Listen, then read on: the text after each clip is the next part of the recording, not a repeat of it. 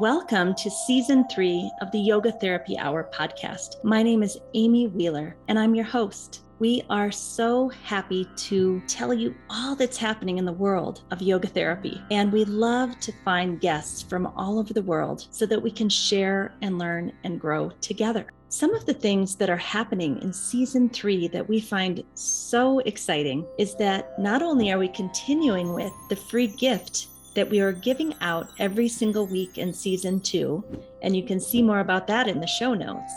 But now we are adding a YouTube channel, and you can see all of these podcasts on video. The YouTube channel is called Optimal State with Amy Wheeler. Some people like to watch video. Maybe you want to use it for one of your trainings. These videos on YouTube will be there for you to use for free. We would love your support. We have opened up a Patreon page that is going to help the podcast flourish and grow. You can help us to expand and grow and create more content for you. And we'd love for you to visit the Patreon page, which is called Optimal State and Yoga Therapy Hour podcast. So let's go into our guest today, and please nourish yourself, take time for yourself, and really relax into listening to the podcast.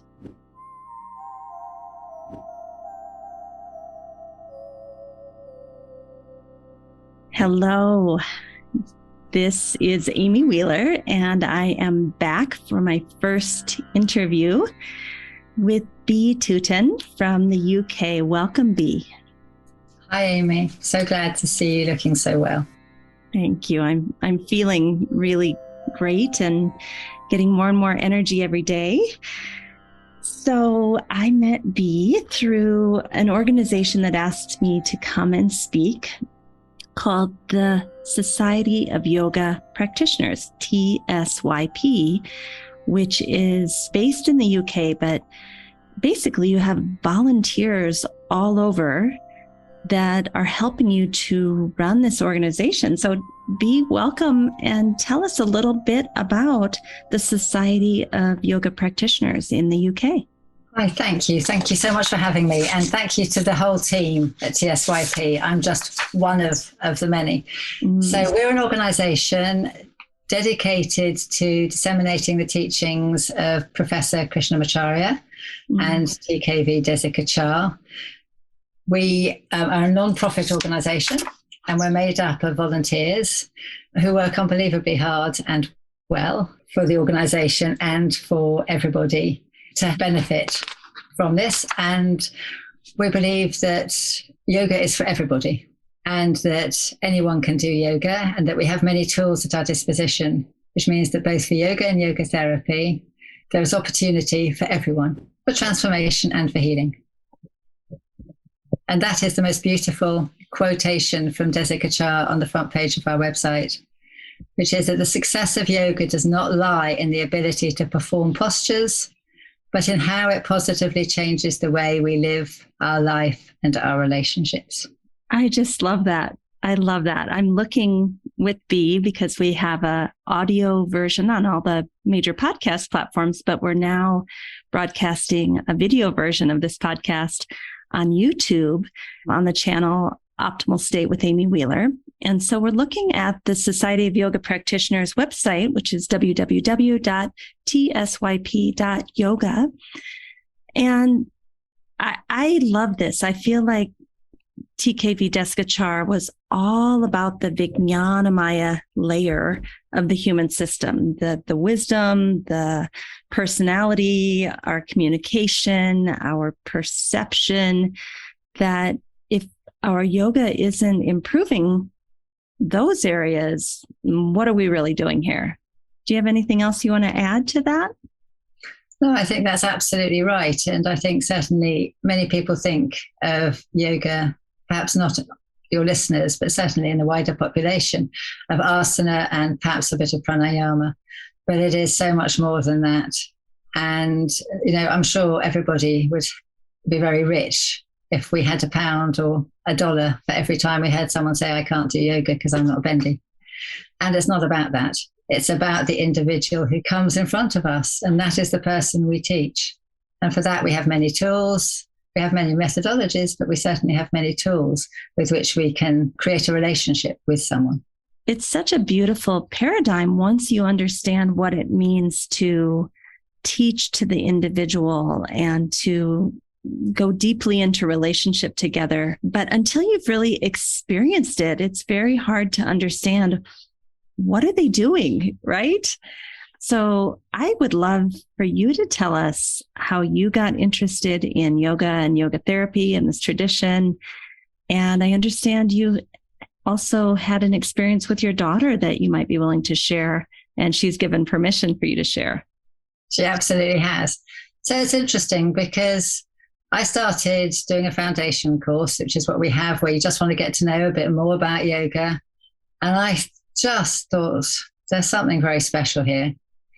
And when I finished the course, which is 1 day a month over 11 months, I went on holiday with my daughter, as mothers do. And I noticed that she was reverse breathing. So normally when we breathe, if we breathe as the body's intended to, the breath moves in through our nostrils, the chest expands, then the lungs expand, the diaphragm will move down, and then the abdomen will rise. Similarly, as you exhale, the abdomen falls gently, the diaphragm moves back up, breath moves out through the nostrils. And I was watching her, and I found, and I suddenly saw that actually when she was breathing, when she breathed in, her tummy went down. And when she breathed out, her tummy rose. Now, I would never have spotted that had I not been on the foundation course.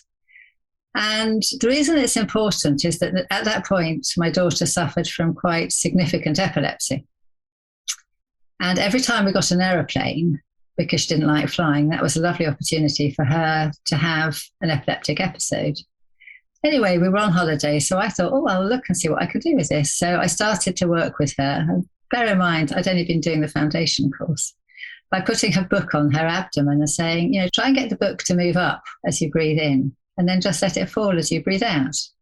Anyway, she was young, she was willing, and above all, she trusted me. And we did this on holiday, a little bit every day, I think morning and evening. And we got on the plane on the way home. First time ever, no fit. And to this day, I get quite emotional about it because it stopped me in my tracks. Wow. I thought, wow. What do you think happened? I mean, that's a pretty remarkable story that someone learns how to breathe properly and suddenly they're not having an epileptic seizure on the airplane like they normally would. Had many, many thoughts over the years. I think on a very energetic level, by beginning to engage abdominal breathing and extending the exhale, we know that we can bring someone into a parasympathetic nervous response where we come back into a state of homeostasis, the body calms down, the mind calms, and therefore the systems are not put under pressure. If you're very anxious about something, then you'll go into the sympathetic nervous response, and that will possibly trigger an area for which you have a vulnerability, and in her case, that was epilepsy. But I also think that there's perhaps something deeper going on, in that when we really get in touch with our breath, and when we begin to find that place within ourselves, you can call it Purusha, you can call it centeredness, whatever anybody wants to call it. There's a certain change in attitude within somebody.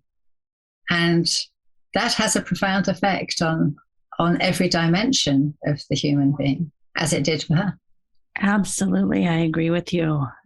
Those two things, learning how to basically dial down your own nervous system, and therefore the nervous system is connected to all the other systems.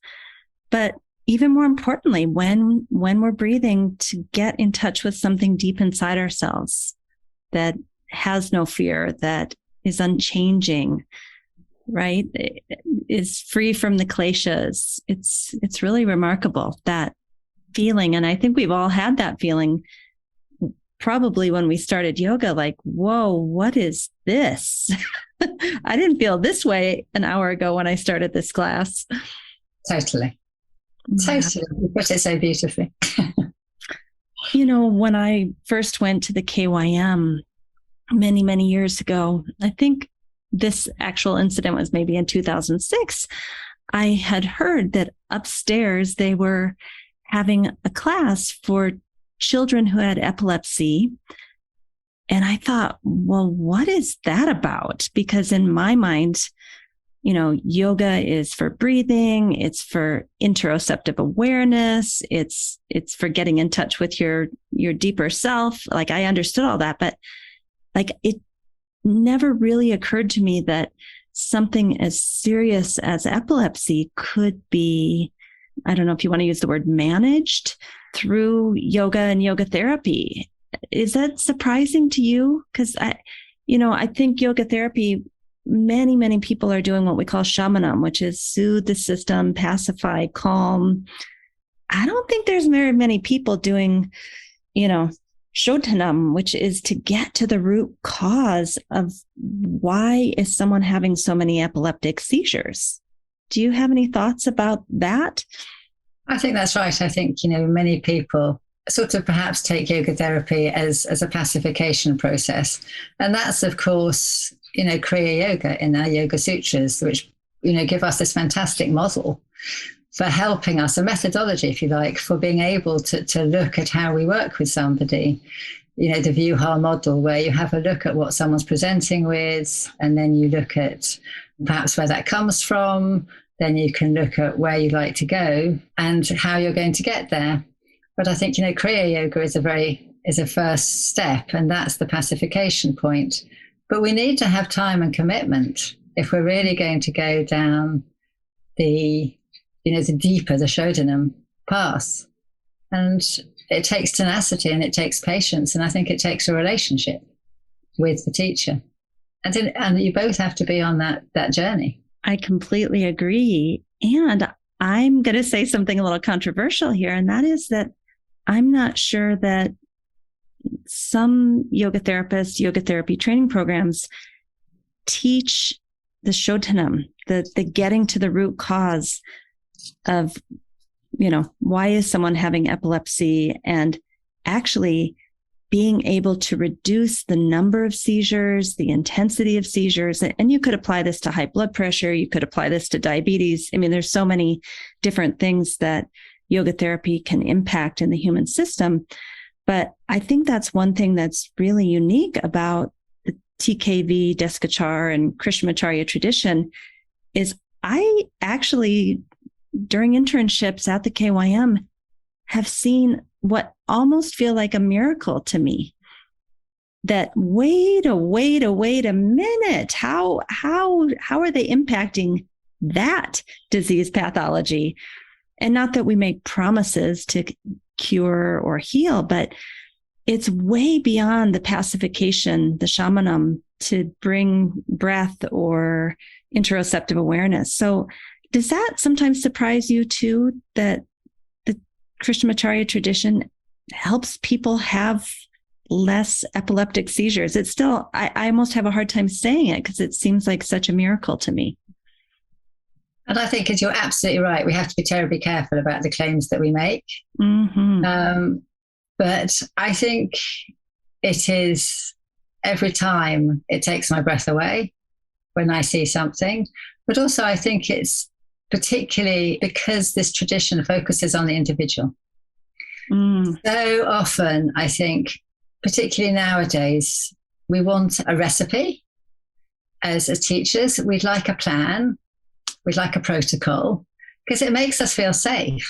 If as a teacher, someone's got low back pain and I do X, Y, and Z, then they'll get better. And if I follow that plan, then that's great. I know I've done the right thing. But I think the way that we're trained to teach is different. And by following a plan without actually looking at the individual, we may, without intending to, actually do harm. Because what's right for one is not right for another. And I work with Dr. NC, who was the head of therapy at KYM for many years. And if I went to him and I said, oh, what should I do for cancer? He'd look at me and he'd say, who is cancer? So Fred may come to me and I may think, oh, he's got bowel cancer, therefore I need to do such and such. But actually, that's missing a trick, because Fred is somebody who has 3 children, who is passionate about looking after bees, who loves gardening, and happens to be a neuroscientist. He also, at this moment in time, happens to have bowel cancer. And it's by looking at that individual and then being able to choose the tools from the vast array that we have, sound being an important one, that I think we can make a profound difference if, as a teacher, we're in the right space. I completely agree. Let's say there's a woman named Laura with bowel cancer that is 23, in college, on the tennis team, loves to sing and dance with her friends on Saturday nights. I mean, she's going to receive something so different than Fred because of that individualization. We are who we are. There's 9 billion people nearly on the planet. How can one size fit all? It can't. And so just to go a little bit deeper into that for our listeners, for me, I look at like the hooks of that person, like Fred, the neuroscientist. He's got neuroscience hooks. And I'm going to place the tools and the techniques and the even the conversation that we're having around his neuroscience hooks. But for Laura, who loves playing tennis, I might guide my conversation and the things that I'm teaching her and connect them to her tennis game. Exactly. And it's going to look really, really different and maybe even have different results. I think that's the other interesting thing about TKV Desikachar is he would say, we don't know what will happen, but hopefully good things will happen. We don't know what happens or what will happen. And sometimes we'll be amazed and sometimes we'll wonder what goes on, which is why I think it's such a journey for the teacher as well. And I think that relationship between the student and the teacher, which I know you've talked about with Gita Shankar, and is so fundamental to the work that Desikachar did, is absolutely fundamental because the teacher can show somebody the way. But at the end of the day, it is a collaborative relationship. And that person needs to want to and be inspired by the teacher to do that practice, whatever it might be. And as a teacher, we can't always control that. And that's a big part of it, is that we can't control stuff. And we need to remember that. So what do you think are some of the roles and responsibilities of a teacher to help guide towards the best possible outcome? Are there things that you feel a teacher should really kind of take heart and put effort into? I absolutely do. And I think a teacher has to walk the talk. I once was on a flight and I noticed a magazine and there was a thing about yoga, so often. And the teacher in this little article said, just occasionally I'm really naughty and I sneak in my own practice. And I just sat there thinking, because certainly in this tradition, it's absolutely crucial that we have a practice that supports and holds us so that we begin to gain the clarity that we need to be able to see clearly and to see the person in front of us, not through a lovely fog of our own ideas and memories and projections, but as that person really is. And I know that Desikachar said that when you have a meeting with a student, it is a meditation on that student. You open yourself up to being in the present moment with them. And that doesn't happen without work on the teacher side too. And the teacher, and certainly where we work, has a mentor too, who you can talk to, who you can say, I'm not sure about this, or can see you more clearly. And certainly on the guest lecture series you so kindly did with us, we talked about that, about what we can see about ourselves and what others can see about us and what we can see in others. I don't know if you want to say something about that. Yeah, that concept of Johari's window. Sometimes I talk about that. Such a beautiful concept that other people can see things about me that I'm not seeing. I can see things about them that they're not seeing. There's things we both see about each other, and there's things that neither one of us has any clue about. But I think to your point, and I really struggle with this, especially, being a yoga therapy trainer, as students come through our program, a lot of them have never had a daily practice prior. And then we require that they do almost 3 years of a daily practice guided by a mentor. And it's such a foreign concept to them. And I'm not sure some of them ever get it. They do it. But I just want to take one last look before we go on at what that really means to do your own daily practice guided by a mentor. Why is it important to have a mentor from outside of you help guide you? Why can't I just do whatever my body feels like doing that day? Or one day I just want to do pranayama. The next day I think I'll do 10 minutes of meditation. The next day I'll do a flow class. That's a daily practice, right? That's what I hear. So why do you think this idea of having someone in relationship with you over a long period of time, helping to guide your daily practice, is so critical?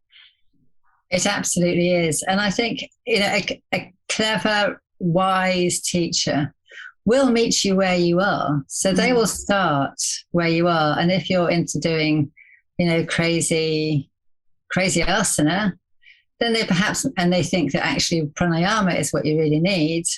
If they're clever, they won't just say, forget the asana. They'll work with you. But there's something very important about consistency, about having a direction, both in terms of a short-term, and I don't like using the word goal, but a short-term direction and a longer-term path that someone can work with you on. And I think the best relationships between teacher and student are where there is a collaboration, where the teacher can perhaps see what it is that the student needs, but is ready and willing to listen and ask the right questions, so the student begins to see it for themselves. Yeah. And they begin to understand that doing lots of Surya Namaskar may not be the right thing for them. What they really need to do is to lie down for 15 minutes after lunch and take the time out. I'm such a perfect example of this, that I kept injuring myself in my own yoga practice because my mindset was, I'm still 25 to 30 years old. I should be able to do this. And really, I'm in my 50s, right? And so I kept injuring myself. And when I got my first practice from Gita, it was like baby yoga. And I was just like, what? But within 3 days, my back pain had disappeared, and it pretty much has stayed away since. And I've gradually, used that Krama approach, to go step by step, very slowly, to be able to do a harder practice now. But I needed that outside reference point to say, you know what, your normal patterns, Amy Wheeler, actually aren't working for you anymore. And that's vinyasa krama, isn't it? Yes. Which is one of the most important, directions that we have. Vinyasa, an intelligent placement of asana or pranayama from somebody who can see from outside, and then places it in such a way that it supports the body and works with the body so that it can do what it does best. And I think this is almost a full circle back to my daughter, in that we're not doing anything. It is the prana, it is the body's own natural healing that we are enabling. We're offering a space for that healing to happen. Yeah. And I think that is what is so extraordinary. So this comes to the responsibility of the student. We've talked a little bit about what a great teacher can do, but in terms of the student, what is their responsibility towards the teacher and towards the practice? Do you have any thoughts on that?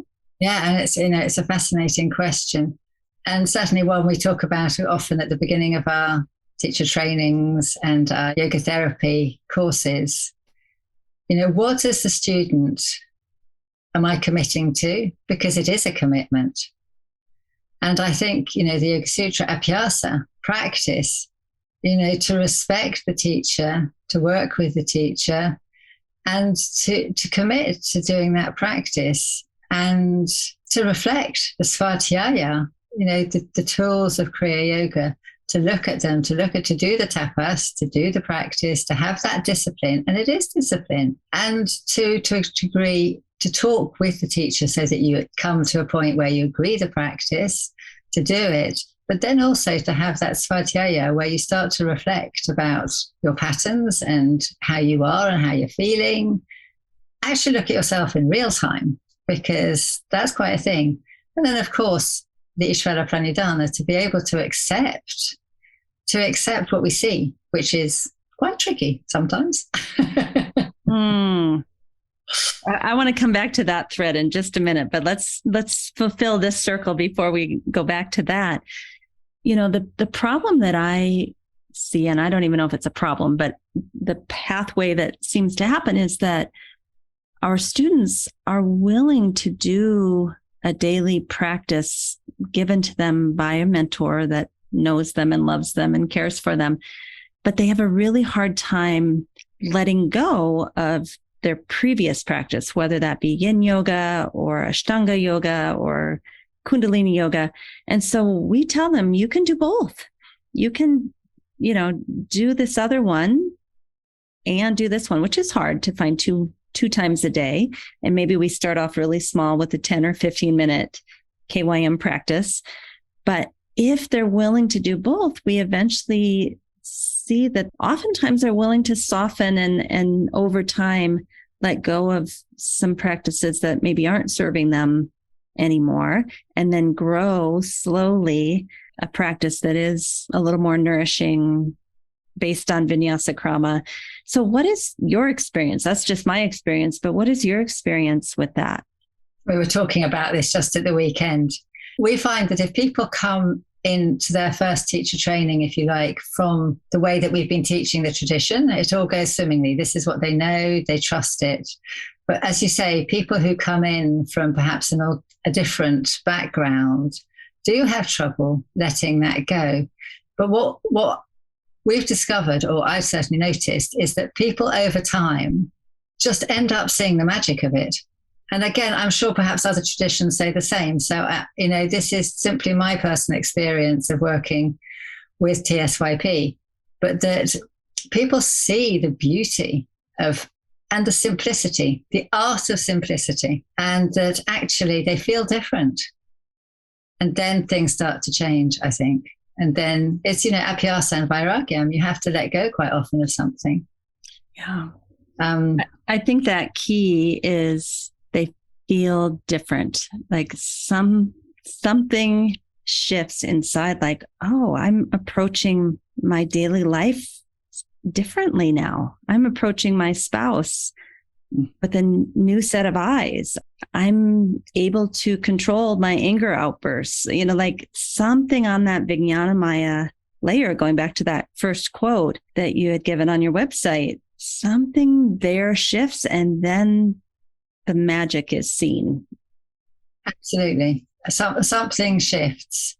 And once that moment happens and people realize, for example, they have the ability to respond, not react, that actually their husband doesn't wind them up in the same way anymore, or whatever it happens to be, just as you say, they think there's something more extraordinary to this. Mm. And I think, I can only speak from personal experience. I've noticed it with myself. I'm a much nicer person from having practiced in this tradition. My handstands may not be a feature of my daily practice anymore, but it doesn't matter. I'm just an awful lot nicer. Well, that's what I wanted to come back to, because you were a lawyer prior to becoming a yoga person.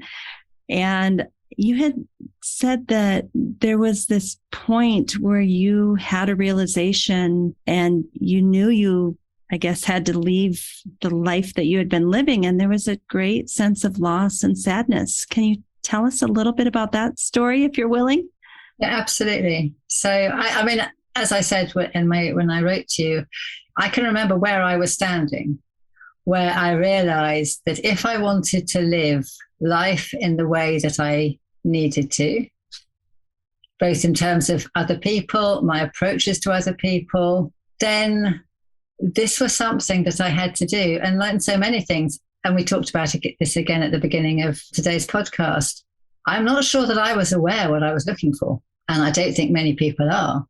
I think when we suddenly start to find something that is very different, that gives us a certain peace, a certain insight, then we want more of it. And that knowledge to me came, and I thought, actually, I cannot do this in the way I would like to do it, typical A-type personality, unless I give up something else. And this is the time I have to shift away. And when we move away from something which we're very identified, and, you know, I had a big job and, you know, people think lawyers are dead posh. Not that they are.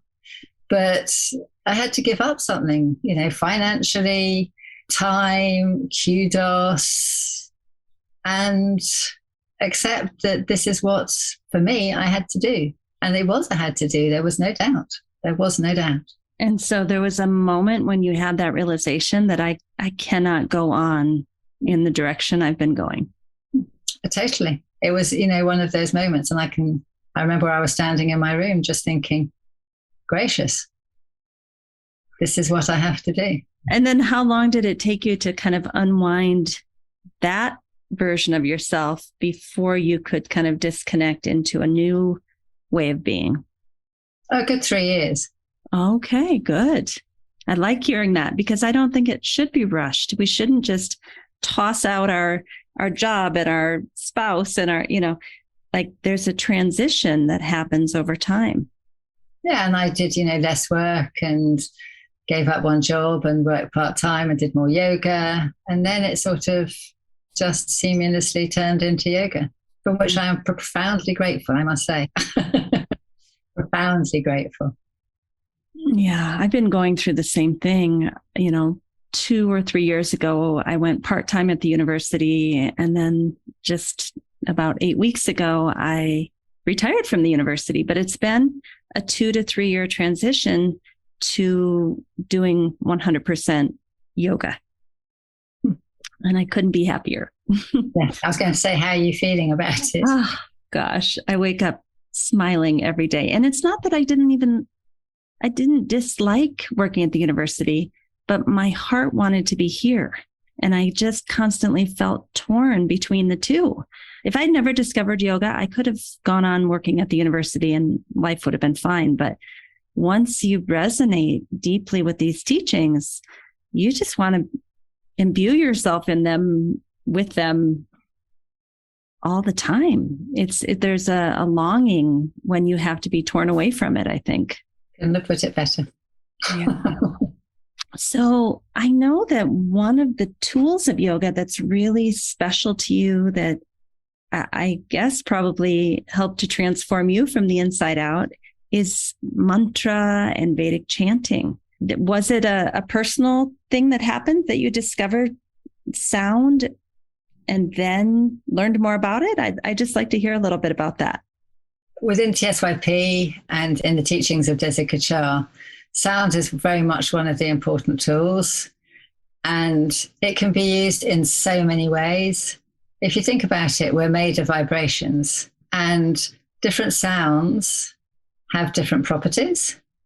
So instinctively, a mother or a person will go hush or shh to a baby. So that's the sound sh or sha or shanti, which means peace, is a calming sound. Similarly, other sounds have different effects, can be more energizing, like a ha or a ra. It's far more heating. So we can use these sounds within an asana practice to work with somebody to help them in a direction. And that obviously goes on. You can give somebody a mantra, and a mantra everyone thinks about as being in Sanskrit, but of course it doesn't have to be. It can be anything for that it resonates for that person.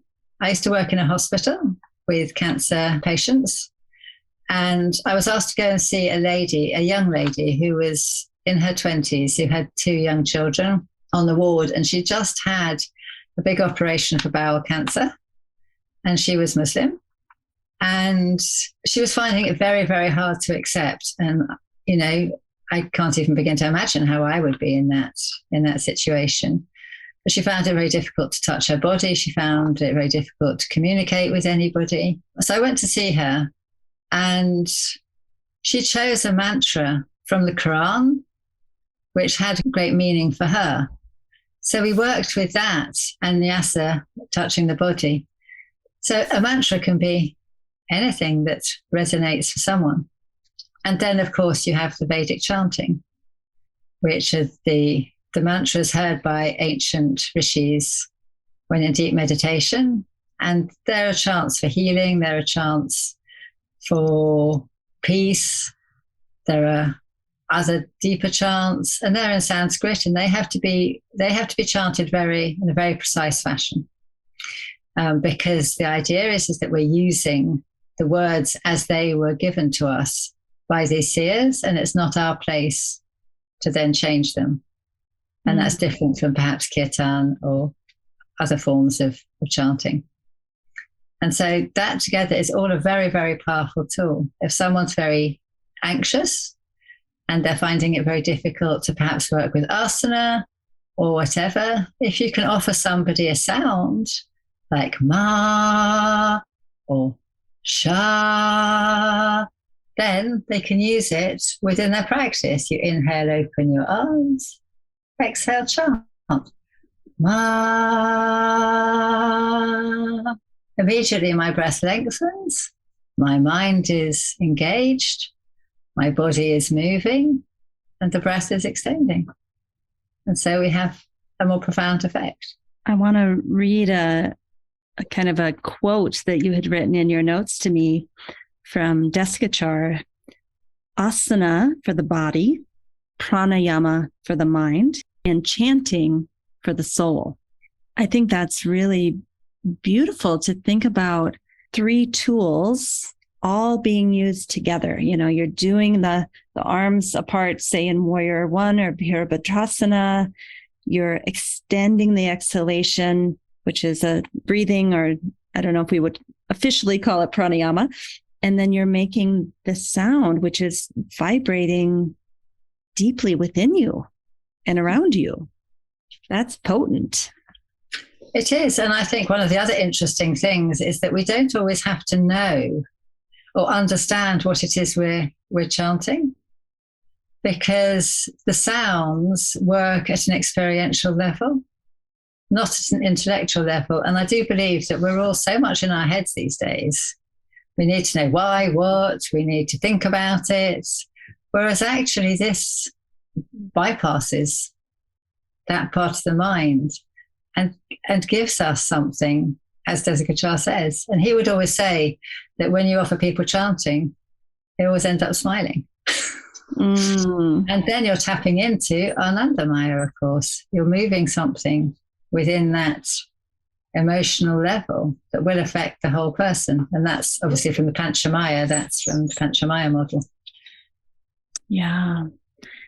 Right now, Gita, since my surgery has had me doing a lot of Nadi Shodhana, but she has a very beautiful way that I'm doing it that I'd like to share, which is exhale through the left nostril slowly, mentally chant on the hold after exhale, Om Shanti. Inhale through the left slowly, mentally chant at the top of the inhale, Om Shanti. Then same thing, exhale right, Om Shanti. On the hold after exhale, inhale right, Om Shanti. On the hold after inhale. And it is just so different than doing only Nadi Shodhana. I mean, like profoundly different to just mentally chant Om Shanti on the holds. And I'm kind of amazed by it. After, I don't know how you feel, Bea, but even after 20 plus years of doing this And then I get something new like that I've never done before. I'm just almost like a child in a candy shop with excitement, like, wow, that feels different. That is having a new effect on me than any other time I've ever done this pranayama before. And that's where the relationship is so beautiful, because it's somebody who found exactly the right thing for you at this moment. Who knows, perhaps it wouldn't have had the same effect at another time. But, working with a mantra in pranayama is very profound and, of course, very traditional, rather than counting, which is what we can often do sometimes these days. Not that that's not good for some people. It's great for some people. It was tailored for me, as we've been talking about. The Nadi Shodhana is to help my immune system, and the Om Shanti chanting is for my mind and my heart, recovering from what could have been a crisis that was averted. But I just think that it's so beautiful that she put those two things together for me at this point in my life. And it's exactly what I need, right? So I know your teacher was Radha, who is no longer with us due to complications from COVID, I believe. Tell us a little bit about Radha and her memory and studying with her, if you have any quotes you want to share from her. Yeah, Radha was formidable and adored. She was. Yes. Still is. Yes. She passed away in May 2021. And she was teaching right up until the very end. And she had worked with Sri Desikachar at the Mandiram for many years, setting up the Vedic Chant Teacher. And she was somebody who had the most extraordinary ability to hear and to see. And we would be chanting in a room. We'd go away for a chanting teacher training course, maybe for 10 days, and we'd be chanting from 9 a.m. in the morning until 9 p.m. at night. And she would sit there very quietly, listening to us. And obviously we start by call and response, and then we chant, and she'd close her eyes and she would go, B, you're not doing the right S. And I'd be thinking, how did I get picked up? What? So you were in a group, but she could hear your voice. Every person. Wow. Every person. And you'd think you were getting away with it when you were chanting one-to-one with her. And then you just hear her go, huh? And you think, oh no, I blew it. But the precision and her joy, she was joyful. She loved life. She was so engaged with us. And what was extraordinary is she, like any good teacher, she really brought out the best in everybody. Really did. And I was somebody for whom chanting did not come easily. It isn't something where I suddenly thought, oh, how lovely to chant. I must chant more. It was a real struggle. And I thank her for her patience in teaching me, because it isn't something that came easily. I thought it all a bit strange. I think many people do when they first get introduced to it. And like much about, tools that we've been discussing, when something has an effect on you, a profound effect, you think, crikey, that is something very important and very special. And I need to find out more about it if we listen to ourselves. Radha, she was not my teacher, but she had a profound impact on me because I watched her when I would visit the KYM and do internship practicum hours. She was one of the first women I had seen that was so sure of herself, so willing to set boundaries, so willing to do the right thing, even if she wasn't liked or appreciated. Like, she just reminds me of the goddess Durga, that through her presence, she shifted my perception of myself and what was possible for me in the world. And I think a lot of times we kind of forget that a lot of what we're doing in yoga is coming home to ourselves and allowing our true nature to emerge and our personality to be the best it can be. And that's what I think about Radha. She, through her presence, gave us permission to be wholly ourselves. Did you have that experience? Absolutely. And she would always talk, when she taught us the Gayatri, about how this isn't asking somebody or some higher power to give you courage and clarity. This is who you are. All it is asking something higher to bring it out within you. And it was that ability. And in fact, you mentioned the Durga Suktam, which is a Vedic mantra about the goddess Durga. And it's the mantra about taking us from a place of suffering to a place of no suffering. And when we had the memorial, the chant that most people thought about in connection with Radha was Durga. You just can't. Those two things go together like, peanut butter and jelly. Yes. Yeah. Give you the confidence to be yourself, I think. That's what you're saying. Yeah. And that's what we're all aspiring to be, isn't it? We don't want to be all carbon copies of each other. We need to be who we are and the best side of ourselves. And that's exactly what we're talking about when we talk about transformation, when we talk about Shunnam, when we talk about working with these tools. Is that, you get rid of the rough edges and you start to let somebody just flourish like a beautiful flower that's been a bud, suddenly starts to open its petals, and you're just in awe of the beauty of that person. So beautifully said. I love that about our tradition.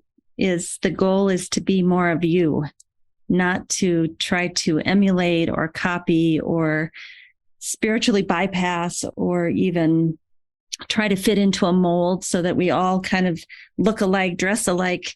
Like, no, that is not the goal.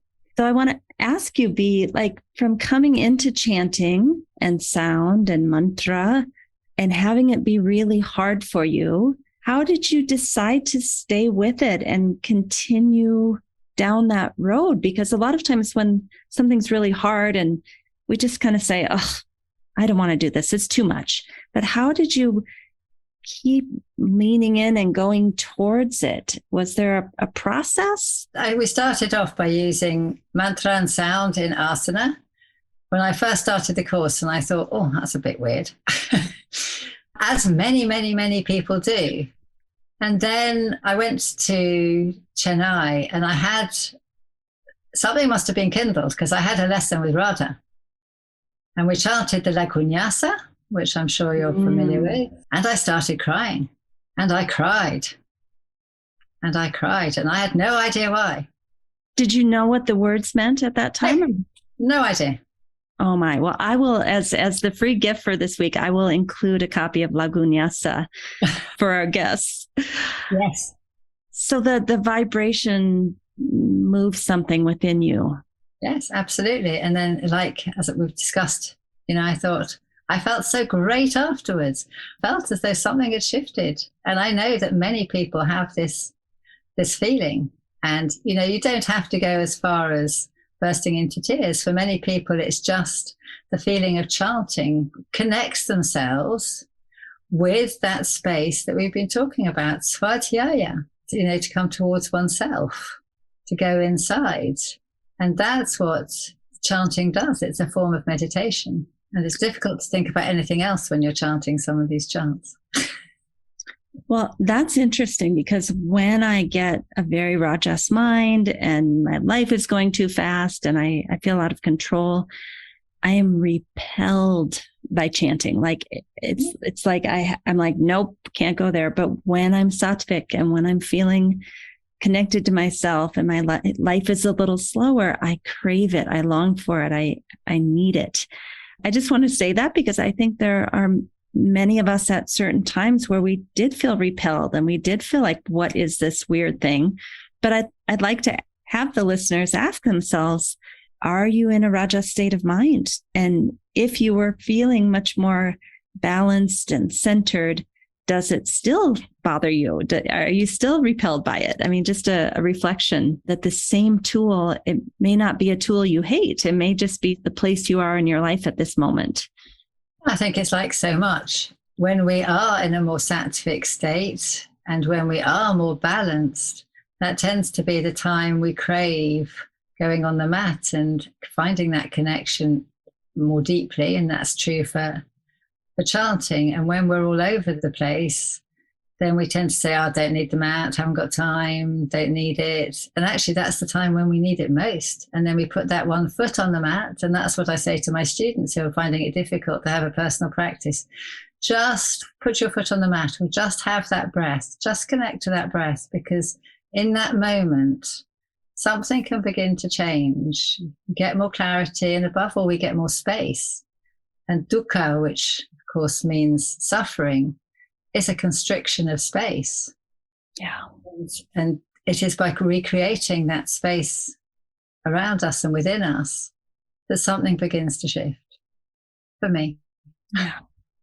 And I'm noticing now the days that I don't feel I have time or I'm too agitated to do a practice, that's my signal that life has gotten too fast and too full. There's something off here, Amy, and go through your calendar and start cleaning it. So, I know how you feel. So there's a beautiful quote that you had written to me that Radha has said. Would you mind reading that to us? Yes, I was very lucky. I went to see her in January 2020, just before lockdown hit. And I had the opportunity to interview her. And this is what she said about the benefits of chanting or working with sound.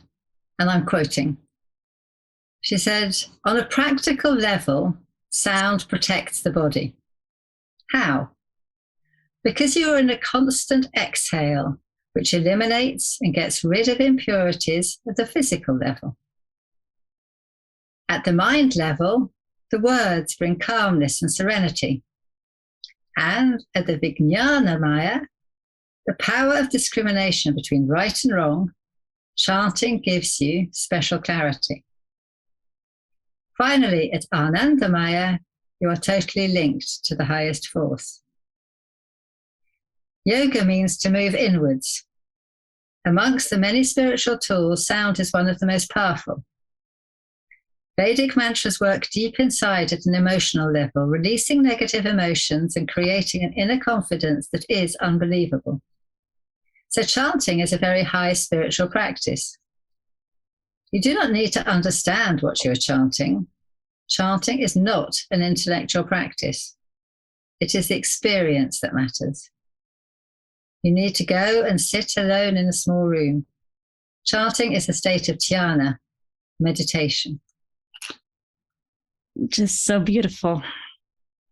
I've been having this experience that I signed up for a 9-month Vedic chanting course on abundance and prana shakti.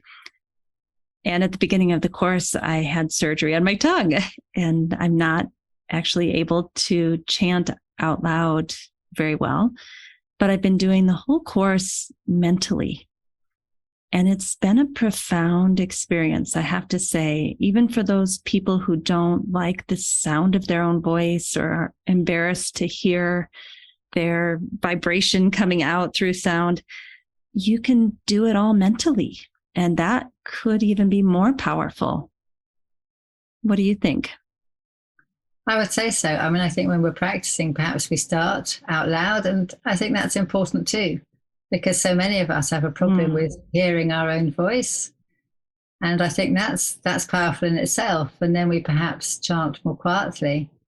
But then as we move more internally, so we chant internally, as you suggest. And for me, in a way, then the vibrations are even more contained. Yeah. And that's what I felt. Yeah. Very, very beautiful experience. And it really does lead into deep meditation. It takes us there. Yeah.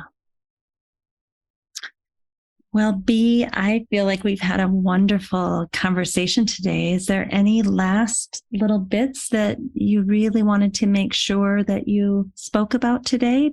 We're going to talk about your upcoming events at the Society of Yoga Practitioners in the UK, but is there anything else that you want to share? A short practice? Sure. I think so often we've been talking about how we can work intellectually, and we've talked a lot, but there's something actually about working with the breath as we do and with sounds And we've been talking a lot also about working with individual people. And so I am offering this for you. I've been thinking about you. And so I've designed a practice for you. But again, you may not choose to do it now. You may choose to do it another time. But it's also for anyone. So. Lovely. I'm very pleasantly surprised and very, very willing to receive this from you. Those people that don't know, I recently had tongue cancer and had surgery to remove part of my tongue. And so when Bea says she's had me in her heart and designed this for me, I think that's a good context for people to know if they hadn't heard that. So if you just come to sit quietly, sit on the chair where you are is perfect. And make sure your feet are nicely, comfortably grounded.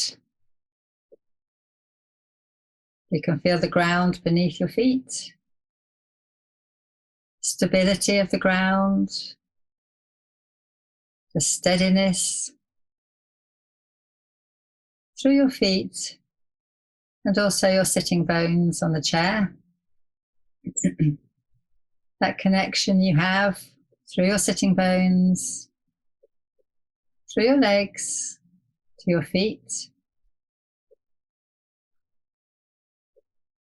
And then you can have your hands, if it's comfortable for you, resting on your thighs. Again, connecting with that place of steadiness. You can feel your hands from your legs. You can feel your legs through your hands. Have an awareness of your shoulders and your mouth gently relaxing. Only if it's comfortable, you're welcome to close your eyes.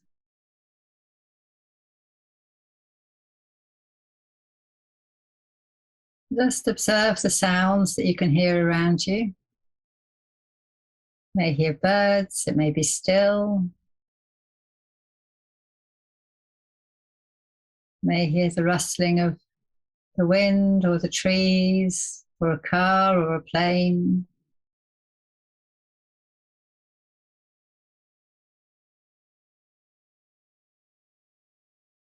And then begin to bring your attention more internally to the breath. Just observing how it is right now.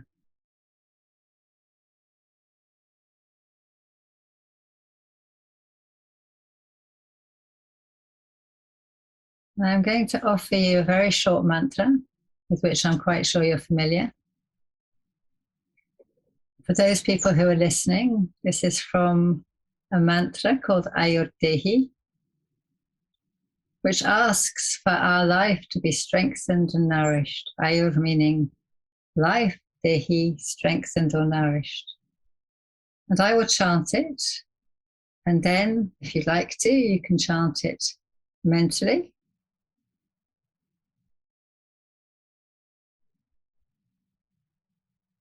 Ayurdehi.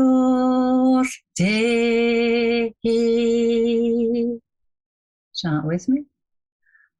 Ayurdehi.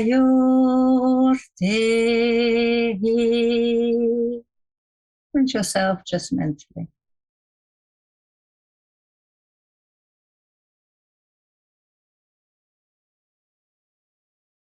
And then bring your fingertips onto the center of your chest. Feeling that connection. And as you breathe in, just allow your arms to open, your chest to open, a feeling of space to come through your body. And exhale, bring your hands back, feeling the moment they touch your chest.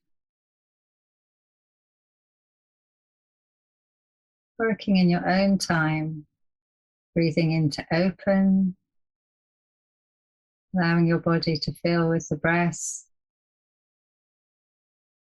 Pausing and then exhaling, letting your arms float back and touch your chest. Repeating in your own time, just allowing your arms to open and close with the breath.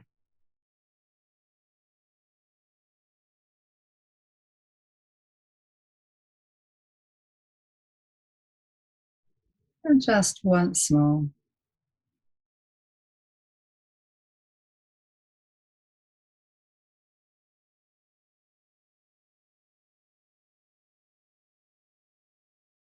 Take a breath there, feeling that connection through your hands to the heart center.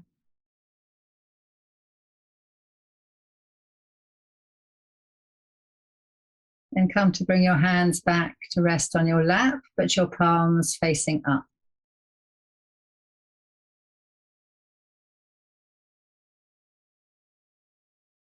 Now, as you breathe in very lightly, bring your thumb and your index finger just to touch. And as you exhale, just allow your hand to open as if it was a bud opening to the sun. Then repeat with your middle finger. Breathing in to bring your thumb and your middle finger together so lightly. And then exhaling to open again.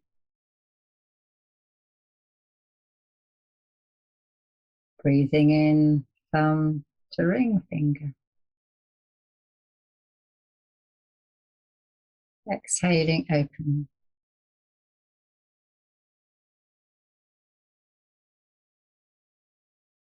And little finger.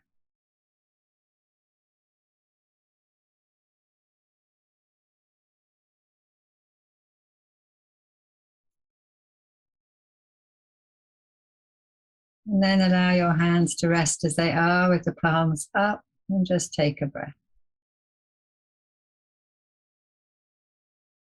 Just observing how you feel now. And bringing your hands back to the center of your chest. Feeling the steadiness through your feet and your sitting bones, the softness of your shoulders. And I'm just going to chant Om Ayurtehi, Om Shanti Shanti Shanti.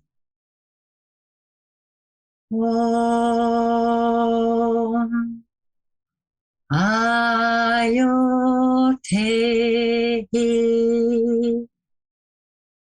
Om Shanti Shanti Shanti.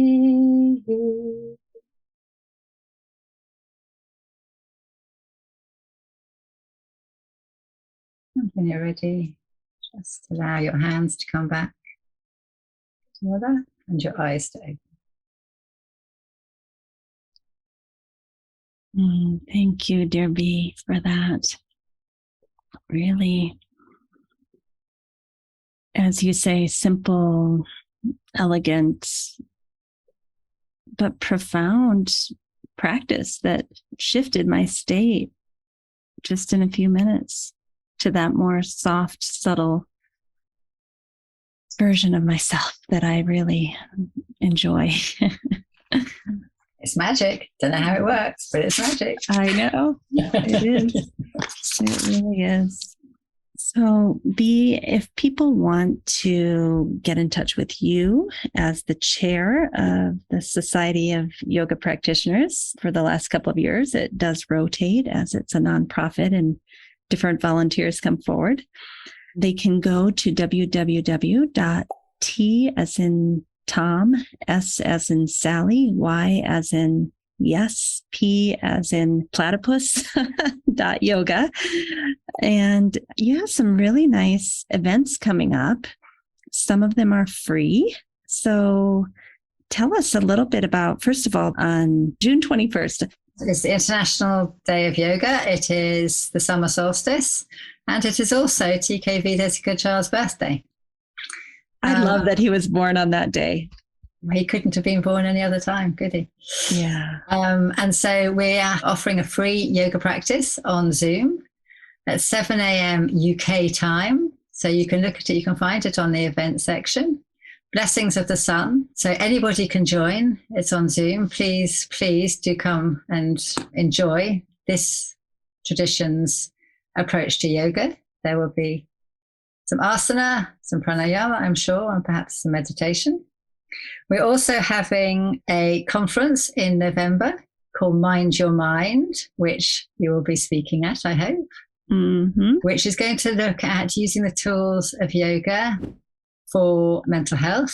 This is also on Zoom, so anybody can come and join. This is also free, and the sessions will be recorded. So we really invite people to come. We'll be looking at some of the tools. We'll be looking at definitions. And we're, of course, hugely excited to welcome you as one of our guest speakers. Do you have a date on that? It's in November. Yes, it is November the 12th and 13th. And again, that's all free for anyone who wants to join. Please join us. And you can have the recordings as well afterwards. And we're also running a Vedic Chant Teacher training course, which is beginning in September. And there are still places. That's in person. And there are other ones which are foundation courses in Vedic chants. And a yoga teacher training next year will start. And a yoga therapy course will start next year. So we're busy bunnies, and there's lots of other events. So please come and look and see what we have to offer. Well, I just want to thank you for providing all of these opportunities free. And also, of course, there are costs associated with putting on all of these events. So there are also paid events, but I just think what you're doing is such a beautiful service to the world. And I thank you and everyone that's involved with the Society of Yoga Practitioners. Yes, and we are an absolutely amazing team. I'm not going to name everyone, but everyone knows who they are. And this is about extraordinary teamwork and effort. And of course, we're part of a wider community. We have the KYM, we have other organizations in England, including AYS, and of course, your extraordinary work in the States. So, thank you so much, Bea. Thank you, Amy. Please don't forget to sign up for our newsletter mailing list, where we give you a free gift every single week. It's usually something that the guest has been talking about, like a book chapter or an article or an infographic. Check out the show notes for that. Thank you for listening today. Don't forget, we have a new YouTube channel called Optimal State with Amy Wheeler. We also have a new Patreon page where you can support us to bring you the most excellent content, and that is Optimal State and the Yoga Therapy Hour Patreon page. Also, you could write us a review on most major platforms that host podcasts. Give us 5 stars if you appreciate the show, and tell us what you love so that we can do more of that. Finally, we support several nonprofit organizations through this podcast. See the show notes to understand how you can help. If you'd like to be a guest or a sponsor for this program, contact us at the email welcome@theoptimalstate.com. welcome@theoptimalstate.com. And finally, a special thank you to our team here at Optimal State. We are truly a global family. George Mantuan, one of our executive producers. Adam Satchel, senior media producer and sound engineer from the Philippines. Krishna Panchal, a producer from Canada. Modupe Abdullahi, who does the show notes and is an editor for us from Nigeria. And Peter Morley, who wrote and produced the music for this show, who lives in Australia. Find more about Peter's work at www.zenmusic.biz. Thank you for listening. We'll see you next time.